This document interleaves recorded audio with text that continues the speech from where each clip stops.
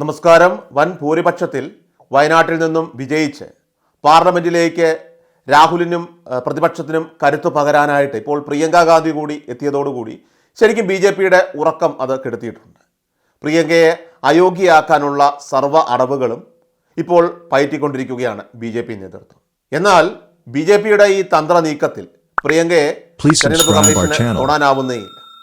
വയനാട് ഉപതെരഞ്ഞെടുപ്പ് തൊട്ട് BJP ഉയർത്തുന്ന ഒരേ ഒരു വാദഗതി എന്ന് പറയുന്നത് തന്നെ അത് സ്വത്ത് വിവരങ്ങളെല്ലാം തന്നെ മറച്ചു വെച്ചുകൊണ്ടാണ് പ്രിയങ്ക നാമനിർദ്ദേശക പത്രിക സമർപ്പിച്ചത് എന്നതാണ്. അങ്ങനെയാണ് തെരഞ്ഞെടുപ്പിനെ നേരിട്ടത് എന്നതുമാണ്. എന്നാൽ അന്ന് തൊട്ട് വിജയിച്ച് സത്യപ്രതിജ്ഞയും ചെയ്ത് വയനാടിൻ്റെ MP ആയിട്ട് പാർലമെൻറ്റിൽ ഇരിപ്പുറപ്പിക്കുന്ന പ്രിയങ്കയെ അയോഗ്യത കൽപ്പിച്ചുകൊണ്ട് പുറത്താക്കാനുള്ള തീരുമാനമാണ് ഇപ്പോൾ കോടതിയിൽ ഹർജി നൽകിക്കൊണ്ട് BJP ലക്ഷ്യം വെച്ചിരിക്കുന്നത്. എന്നാൽ തെരഞ്ഞെടുപ്പ് പ്രചാരണ കാലയളവിൽ തന്നെ ഇത്തരത്തിൽ പ്രിയങ്കയ്ക്കെതിരെ കടുത്ത ആരോപണവുമായിട്ട് കേന്ദ്ര നേതാക്കൾ മുതൽ പാർട്ടി മെമ്പർമാർ വരെ രംഗത്ത് വന്നിരുന്നുവെങ്കിലും പ്രിയങ്കയെ മാറ്റി നിർത്താൻ ആയില്ല. നോമിനേഷൻ പത്രിക പിൻവലിക്കാനുള്ള സമയവും കഴിഞ്ഞതിന് ശേഷം പ്രിയങ്കയെ മത്സരരംഗത്ത് നിന്ന് പുറത്താക്കാൻ തെരഞ്ഞെടുപ്പ് കമ്മീഷൻ പഠിച്ച പണി 18 പയറ്റിയിരുന്നു. എന്നാൽ ഒന്നും സംഭവിച്ചില്ല. അത് മാത്രവുമല്ല, തെരഞ്ഞെടുപ്പ് കമ്മീഷനെ ഞെട്ടിച്ചുകൊണ്ട് രാഹുൽ ഗാന്ധിയെ പോലും മറികടന്നുകൊണ്ടുള്ള ഒരു ഭൂരിപക്ഷമാണ് പ്രിയങ്ക വയനാട്ടിൽ നേടിയെടുത്തത്. അതും പോളിംഗ് ശതമാനം കുത്തനെ കുറഞ്ഞ സമയത്ത് കൂടിയാണ് ഇത്തരമൊരു നേട്ടം പ്രിയങ്ക സ്വന്തമാക്കിയത്. അതൊക്കെ കഴിഞ്ഞ് പാർലമെൻറ്റിൽ ഒരു രാജ്യം ഒരു തെരഞ്ഞെടുപ്പ് ബില്ല് വോട്ടിനിട്ട് അത് പരാജയപ്പെട്ടതിന് പിന്നാലെ അത് JPCക്ക് വിടേണ്ടി വന്ന സാഹചര്യമുണ്ടായിരുന്നു. അങ്ങനെ JPCക്ക് വിടേണ്ടി വന്ന BJPയുടെ അതേ JPC അംഗങ്ങളിൽ ഒരാളായിട്ട് ഇന്ന് പ്രിയങ്ക ഗാന്ധിയും മാറിയിരിക്കുന്ന സാഹചര്യത്തിലാണ് ഇപ്പോൾ അടുത്ത അമ്പും വില്ലുമായിട്ട് വീണ്ടും BJP കളത്തിലിറങ്ങിയിരിക്കുന്നത്. അതാണ് വയനാട് ലോക്സഭാ ഉപതെരഞ്ഞെടുപ്പ് ഫലം അത് റദ്ദാക്കണമെന്ന് ആവശ്യപ്പെട്ടുകൊണ്ട് BJP സ്ഥാനാർത്ഥിയായിരുന്ന നവ്യ ഹരിദാസ് ഹൈക്കോടതിയെ സമീപിച്ചിരിക്കുന്നത്. ഒരിക്കൽ മത്സരിച്ച് പരാജയപ്പെട്ട കാര്യം പിന്നെയും കുത്തിപ്പൊക്കുകയാണ് ഇപ്പോൾ BJP.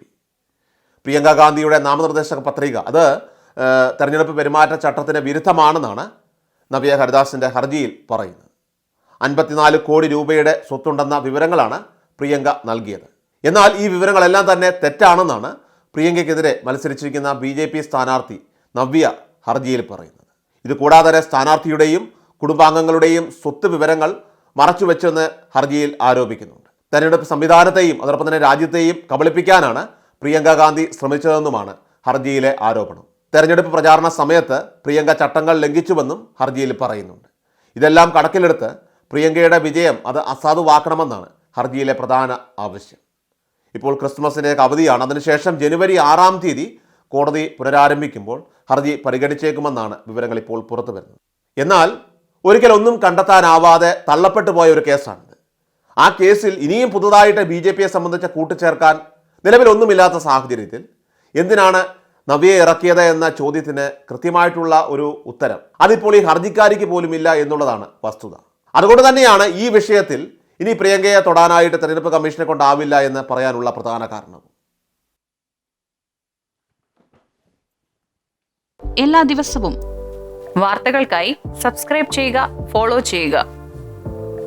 വാർത്തകളുടെ നോട്ടിഫിക്കേഷനായി ബെൽ ഐക്കൺ എനേബിൾ ചെയ്യുക. Please subscribe our channel.